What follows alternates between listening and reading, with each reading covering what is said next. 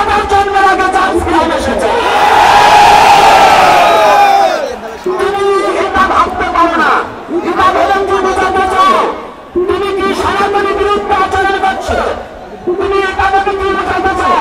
তুমি সবই বলে একটা কথা জেনে রেখো, তোমার বাপ-দাদার জন্মের আগে সনাতন ধর্ম, যখন তোমার বাপ-দাদার অস্তিত্ব ছিল না তখন সনাতন ধর্ম ছিল, তখন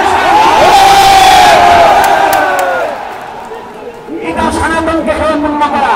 আমি সনাতনী সন্ত মন্ডলের কাছে এবং চিন্ময় বাবা সহ সবার কাছে প্রার্থনা, প্রত্যেক জেলা থেকে আমার ধর্ম অবমাননা করেছে এই বিরুদ্ধে আমাদের মামলা করতে হবে।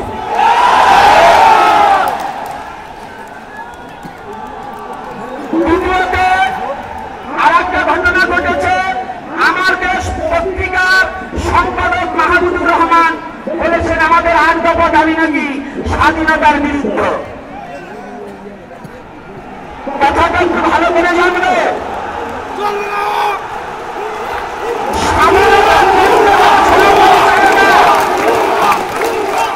আজকে সনাতনী জাতিগণের দেশ এবং আইনের প্রতি শ্রদ্ধা রেখে কথা বলে, সনাতনী জাতি আইন এবং দেশকে ভালোবাসতে জানে। যারা আজকে সনাতনী জাতিকে, যারা ইসলামকে এবং আমাদের সনাতনী জাতির 8 দফা দাবিকে যারা রাষ্ট্রদ্রোহী এবং স্বাধীনতার বিরুদ্ধে ঘোষণা করছে, আমি মনে করি তিনি বাংলাদেশি না, উনি বোধহয় পাকিস্তান থেকে এসেছে। ওনাকে একটু ভালো করে জাস্টিফাই করা উচিত যে সনাতনী যদি স্বাধীনতার বিরুদ্ধে কথা বলে তাহলে উনি নিশ্চয়ই পাকিস্তানি। এজন্য যারা যে কথা বললেন সনাতনীর বিরুদ্ধে, জীবনের ইতিহাসটাকে একটু দেখে দিতে হবে। ইতিহাস না দেখে সনাতনীদের বিরুদ্ধে লড়তে আসবেন না। আমার আরো কিছু কথা আছে যেটা আমি না বলে পাচ্ছি না।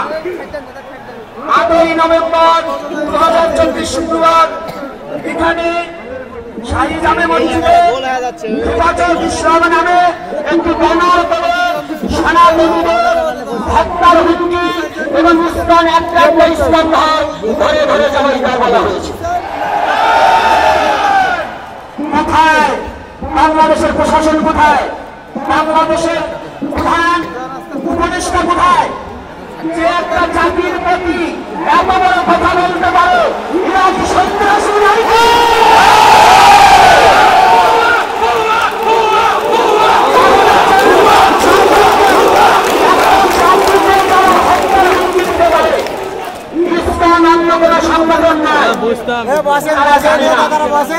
এই বাংলার মাটিতে শ্রীকৃষ্ণ চৈতন্য মহাপ্রভুর আদি বিদ্যালয়, আর সেই শ্রীকৃষ্ণ চৈতন্য মহাপ্রভু